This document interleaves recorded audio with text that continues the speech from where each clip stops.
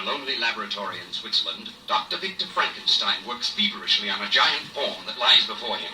It is the final moment of the experiment. He injects a chemical into the form. Suddenly, there's a spark. The form shudders, the hands move, the eyes open, and the form rises. Frankenstein has created a living man. The giant looks around the room, and when he sees the scientist, he moves towards him, knocking over a table with bottles.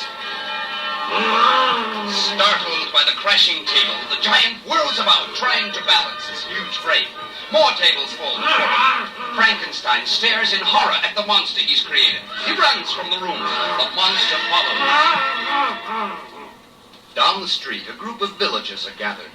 The monster heads toward them. Suddenly, one of them sees him coming. Run for your life! It's some horrible devil! They scatter, but the monster follows them.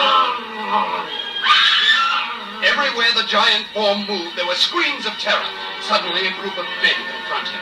He reaches his arms toward them. They hurl huge stones at him. Reeling in pain, the monster runs out of the village and into the woods. Then, along the path in the woods, he sees an old man with a cane.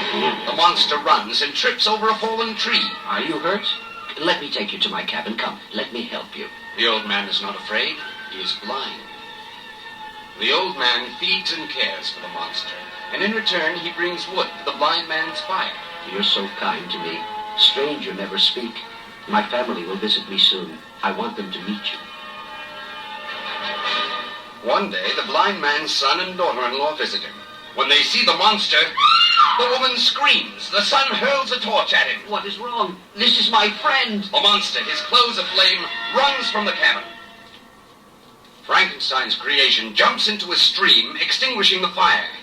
He crawls from the stream, exhausted. As he lies on the ground, he hears a child's voice. Play with me, giant. A ball flies toward the monster. Thinking he is being attacked again, the huge form rises and walks toward the child. The size of the man coming at the child frightens him. He runs into the village screaming, He's going to hurt me.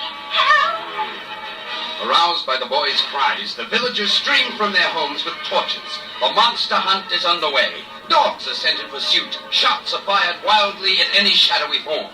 Not knowing where to turn, the monster heads for the house of his creator. He arrives on the wedding night of Frankenstein and his lovely bride Elizabeth. Frankenstein is armed, knowing that his dangerous creation may return at any time, but he is taken off guard by the charm of his bride, and at the moment of their embrace, the monster appears at the window.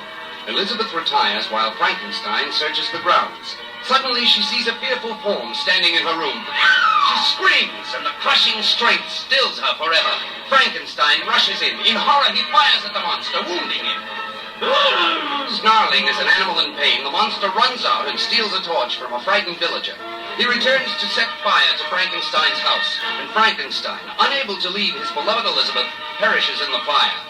Burning debris falls all around the monster. His clothes catch fire. Soon there is only the sound of the fire destroying the house. The monster and the secret of his creation die forever in those flames.